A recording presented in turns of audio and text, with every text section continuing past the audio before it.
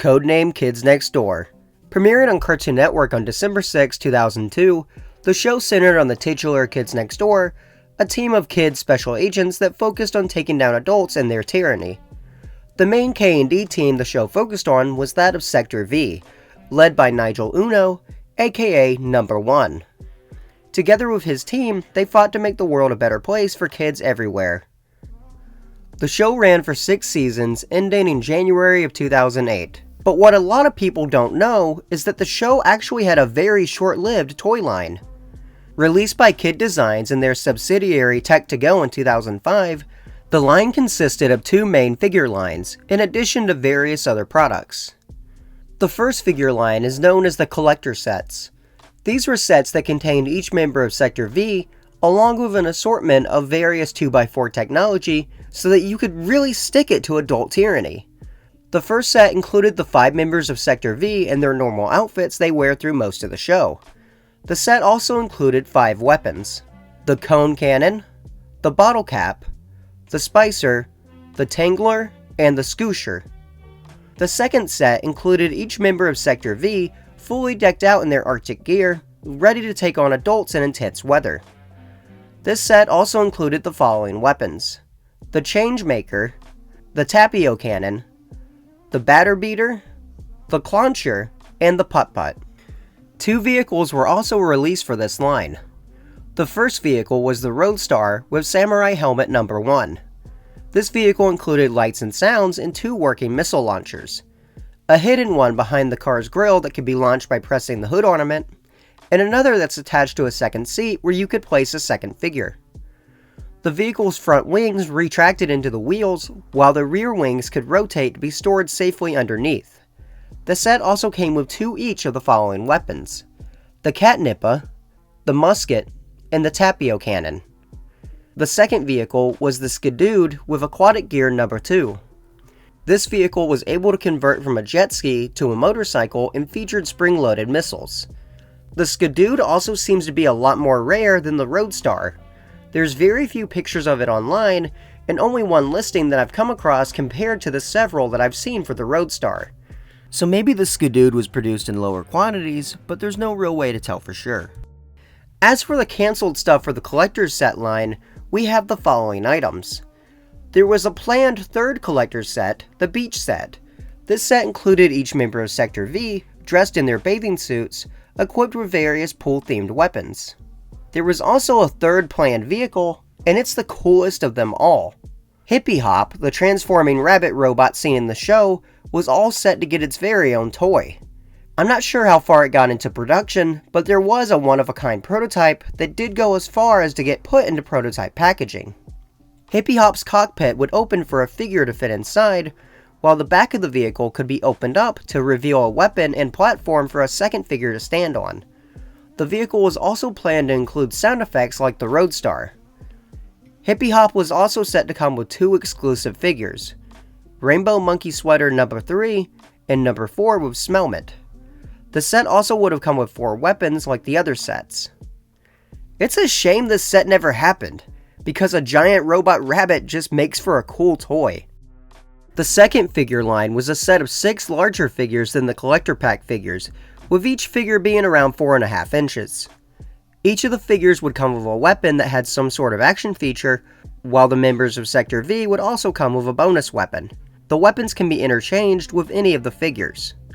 This line consisted of number 1 with the Veggie and the Scamp. The Veggie accessory launches carrots at the press of a button. Number 2, the Bajuka and the Splinker. The Bajuka accessory could be used to launch out a carton of orange juice. Number 3, with the Thumper and the Frappe.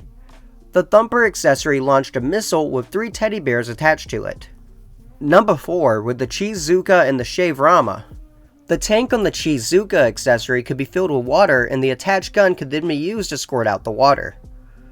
Number 5, with the Nacho Witzer and the Scoosher.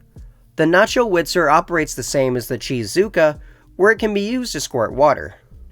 And Common Cold with a double-barreled snot gun. The snot gun would fire out 2 lifelike boogers.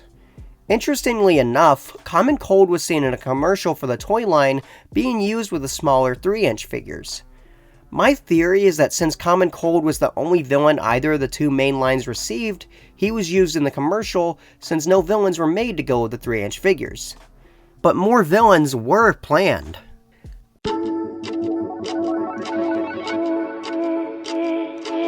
These were larger figures that featured more accessories and special features.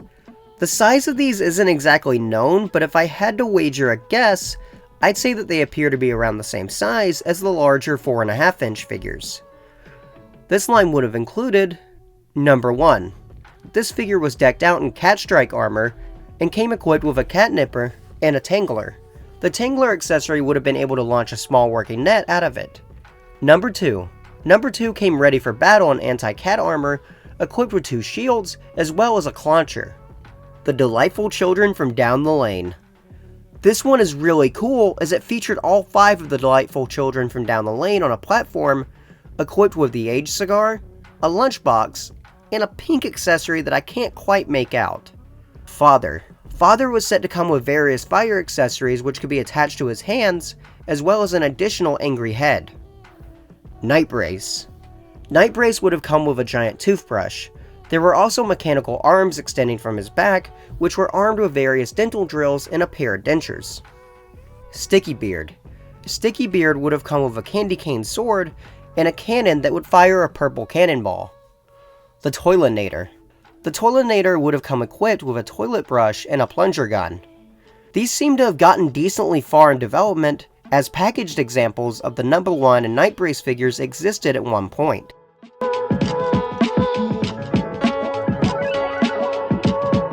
The Mission Pack series was set to be a fun way to garner a collection of characters pretty quickly. Each pack was going to be based on a specific episode of the show, and would have included 2 to 4 figures, with the figures being the same scale as those found in the collector sets. The Mission Packs line was set to include number 2 and Grandma Stuff'em from the episode Operation No Power, number 2 and a zombie nerd from Operation Uncool, number 4 and the Lice Queen from the episode Operation Lice, number 4, number 5 Battle Armor Kree, and number 3's younger sister Mushi from Operation Space, number 5 and Sticky Beard from the episode Operation Pirate, and number 1, number 86, Tommy, and Chad from the episode Operation End. Unfortunately, this series was cancelled before it ever made it to store shelves, but they must have gotten pretty far in development, as packaged examples of some of the packs did exist at some point. To top it off, factory samples of the Grandma Stuff'em and number 2 figures have made it out into the wild and in the hands of some collectors, including series creator Mr. Warburton, so it seems they were very close to production when they were cancelled.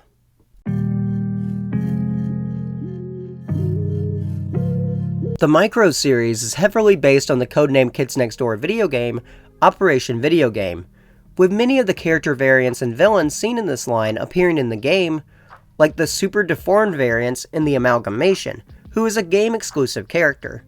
Each Micro series consisted of 6 figures, all 5 members of Sector V in various outfits, plus a villain for the kids to fight. The first series of Micros consisted of Super D number 1, Food Rambo number 2, number 3 was Smelmet, number 4 Generic Figure 1, Catstrike Force number 5, and Sticky Beard. The second series included number 1 Generic Figure 1, number 2 Generic Figure 1, number 3 Generic Figure 1, number 4 Generic Figure 2, number 5 Generic Figure 1, and Nightbrace. Series 3 featured Arctic Gear number 1, number 2 Generic Figure 2, Nurse number 3, number 4 was Smelmet, Diving Suit number 5, and Battle Ready Armor Kree. Series 4 included Commando Armor number 1, Catstrike Force number 2, number 3 Generic Figure 2, Super D number 4, Arctic Gear number 5, and the Lice Queen. Series 5 consisted of Catstrike Force number 1, Flappa number 2, Super D number 3, Spacesuit number 4, number 5 Generic Figure 2, and the Toylinator. Series 6 featured Formal Gear number 1, Super D number 2, Spacesuit number 3, Commando Armor number 4, number 5 was Smelmet, and the Amalgamation. Series 7 included Vampire number 1, Vampire number 2, Vampire number 3, Vampire number 4, Vampire number 5, and Count Spankulot. Series 8 of the Micro series wasn't released like the other sets. This set of 6 figures was released exclusively with the Colossal Liner playset. The Colossal Liner, which stands for Quite Obnoxiously Large Oversized Super Ship Allows Landing in Nefarious Enemy Region, is a large flying vehicle that was created from a military boat with 2 small space shuttles attached to the sides, which serve as the vehicle's jets. The figures included in this playset are number 1 Generic Figure 2, number 2 Generic Figure 3, number 3 Generic Figure 3, number 4 Generic Figure 3, number 5 Generic Figure 3, and Father. Thanks to photos from the inside of the Kid Design showroom that series creator Mr. Warburton posted on his blog, we have a look at some series of figures that were planned for the Micro series. It appears as if future series were going to move away from having the entirety of Sector V in each set. It's currently unknown why these were cancelled.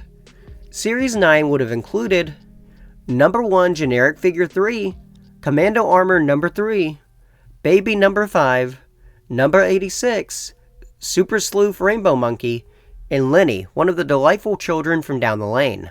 Other figures that would have been included in future series include another generic number 1, Commando Armor number 2, Bathing Suit number 4, Super D number 5, Lizzie Divine, a Rainbow Gorilla, Baby number 2, Mr. Huggykins, a Green Rainbow Monkey, and Bruce, another one of the delightful children from down the lane. According to Mr. Warburton, all of the delightful children from down the lane would have been able to connect together to form one piece.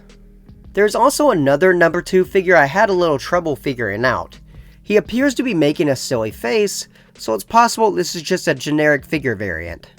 It's a shame some of these never happened, leaving some key characters missing and some variant sets incomplete.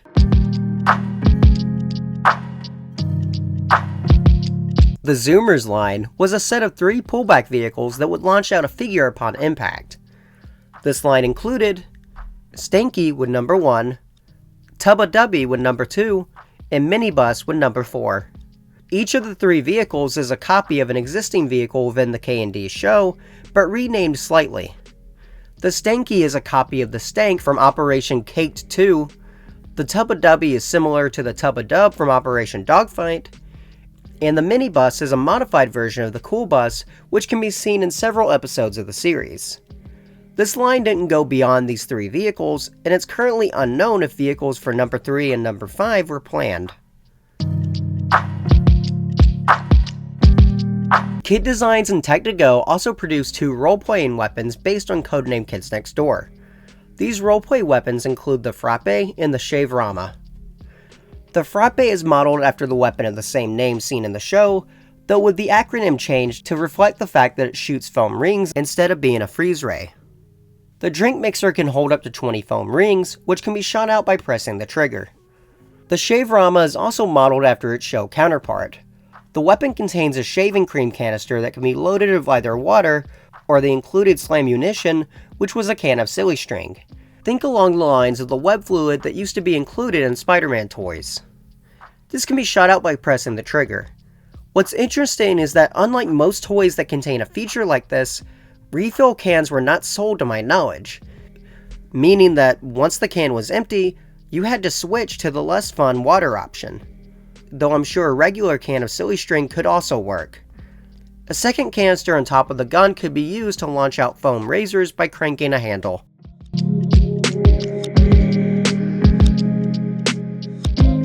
Released alongside all of the other toys by Kid Designs and Tech2Go were a series of plushies. This was a line of 5 plush toys, featuring each member of Sector V. They came equipped with working parachutes, which stored neatly away in the plush's backpack. The idea behind these was that you could throw each character up in the air, and as they descended, the parachute would eject and send them back down safely. Honestly, I can see these being a lot of fun for a kid who's a big fan of the KND. How well this feature worked, though, I'm not so sure. A lot of the used examples I came across on eBay all seem to be in pretty decent condition, except for the number 1s I saw. The vinyl material used on number 1's glasses and shoes seems to be prone to, for lack of a better word, disintegration. And it's not just the used samples either. Even the in-box number 1s seem to have this issue. The box design being open probably doesn't help matters when storing these either. I doubt this is an issue plaguing the number 1 dolls specifically, but since these are so rare, I didn't have a ton of the others to really look at. So if you decide to track these down, pay close attention to the vinyl shoes as well as the glasses on number 1. And that's only if you can get past the high prices that these command. According to Mr. Warburton, the original plan was to make Rainbow Monkey plush instead of the parachute plush we got, with him also adding that the plush didn't sell as well as the figures. It's a shame because I feel like a set of Rainbow Monkey plush would have sold incredibly well, but I guess we'll never know.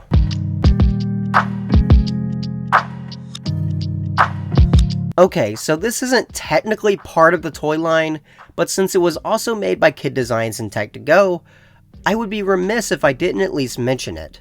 Plug-Us was a plug-and-play game, which were very popular at the time. By plugging the controller into a TV, one could play 5 different Kids Next Door themed minigames, or in this case, missions. Each mission featured a different member of Sector V being playable. Operation Mansion sees Lizzie being kidnapped by Father, so it's up to you as number 1 to make your way through Father's mansion to rescue her. Operation Sneezy has you taking to the skies as number 2 to face off against Common Cold. Operation Island sees number 3 rescuing imprisoned rainbow apes on Rainbow Monkey Island in a time trial challenge. This is the only one of the games without a boss. Operation Cheese brings number 4 to the Cheese Mines to do battle against Cheese Ninjas and the Cheese Shogun. Finally, Operation Ship has number 5 working her way to Sticky Beard's ship, where she eventually faces off against the pirate. And that is the entirety of the Codename Kids Next Door toy line by Kid Designs and Tech2Go. A lot of cool toys were released, but a lot of even cooler toys got left on the shelf, never to see the light of day. The line also didn't last very long, with most of the line being released throughout 2005. Regardless, it was fun looking back at a toy line that I have some fond memories of. Hey everyone, Seeker here. As always, I hope you enjoyed the video, and if you did, please be sure to comment, like, and subscribe.